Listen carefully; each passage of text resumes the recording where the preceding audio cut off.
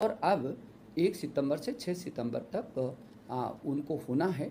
और दूसरी ओर जो नीट का है, इस नीट को जो पहले होना था वो 3 मई को होना था, और अब जा कर के 13 सितंबर को इसकी परीक्षा सुनिश्चित की है। ये सुप्रीम कोर्ट के निर्देश हैं, जिन्होंने कहा कि अब ये बात सही है कि कठिनाई है, लेकिन ये कोरोना न जाने कब तक रहता है। अब इसी में हमको जीना है, इसी में हमको आगे बढ़ना है। इसलिए सुप्रीम कोर्ट ने भी कहा कि छात्रों का एक वर्ष उनका भविष्य बर्बाद नहीं किया जा सकता। You know, I'm looking at the preparations that have been put in place by the NTA. NTA ने centers बढ़ाए हैं, but the larger question is about public transport.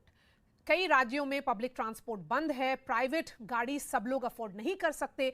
ऐसे में आपको नहीं लगता कि शहर के बच्चे तो शायद उनके लिए कोई बड़ी समस्या नहीं है, लेकिन गांव के बच्चे जो छोटे कस्बों से निकलते हैं, जो यूपी बिहार के गांव से निकलते हैं, वो शायद एग्जाम सेंटर्स नहीं पहुंच पाए, तो वो कैसे एग्जाम देंगे?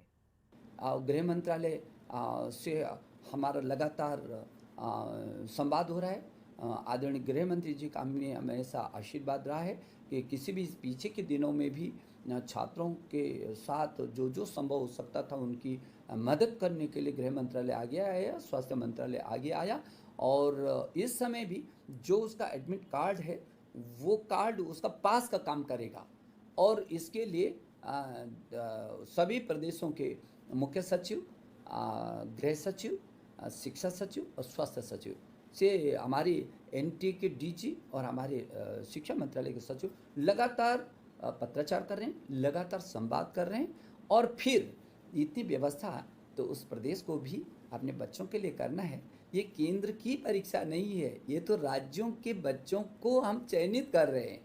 तो यदि कोई बच्चा थोड़ा सा कठिनाई में भी है तो इस वक्त पर राज्य सरकार को आगे आकर के उस बच्चे की मदद करनी चाहिए, और करती भी है। और जिनको मैंने कहा कि मुख्य सचिवगण से लगातार जो हम लोगों का संवाद हो रहा है, अब वो पहले भी वो मदद करती हैं। इस समय थोड़ा सा अतिरिक्त उनको थोड़ा सा मदद करनी होगी, थोड़ा सा सक्रिय होना होगा, थोड़ा सा मेरे उन छात्रों को उनका मनोबल बढ़ाने के लिए उनको किसी प्रकार की कोई कठिनाई नहीं हो। और जो हम लोगों ने गाइडलाइन जारी किए, विस्तृत गाइडलाइन जारी किया, ये भीड़ नहीं होनी चाहिए, और किस तरीके से वो उसकी दूरियां भी बनी रहें, और बच्चा सुरक्षित तरीके से अपने परीक्षा दे और सुरक्षित तरीके से वो फिर जाए।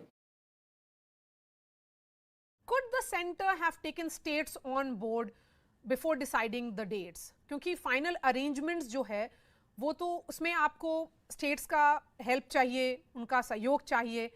तो ऐसा क्या फिर केंद्र राज्यों से बात कर सहमति नहीं बना सकती थी? नहीं, ये तो राज्यों की परीक्षाएं हैं, मान के चलिए ना। ये तो राज्यों के बच्चों के ही हैं, और राज्यों से इसीलिए तो लगातार जब हम केंद्र बना रहे हैं तो जिलों में आप बताइए ना, हज़ारों केंद्र हमने बढ़ाए हैं, सैकड़ों केंद्र हमने बढ़ाए हैं। तो राज्यों के बच्चों के लिए बनाए हैं, जो राज्य, उस राज्य का बच्चा छूट ना जाए। कोई भी राज्य अपने बच्चे के भविष्य के प्रति चिंतित होगा ना, स्वाभाविक ही है। कौन राज्य होगा जो अपने भविष्य, अपने बच्चों के प्रति चिंतित नहीं होगा? कौन परिवार का व्यक्ति होगा, कौन अभिभावक होगा जो अपने बच्चों के प्रति चिंतित नहीं होगा, उसके भविष्य के प्रति चिंतित नहीं होगा? और इसलिए ये कहना कि राज्यों का सहयोग अपने बच्चों के लिए नहीं मिलेगा क्या? उनके बच्चे, क्या कोई राज्य ये चाहेगा कि शेष बच्चे परीक्षा दे दे और उसके राज्य का बच्चा परीक्षा ना दे? तो कोई भी राज्य नहीं चाहेगा, किसी कीमत पर नहीं चाहेगा।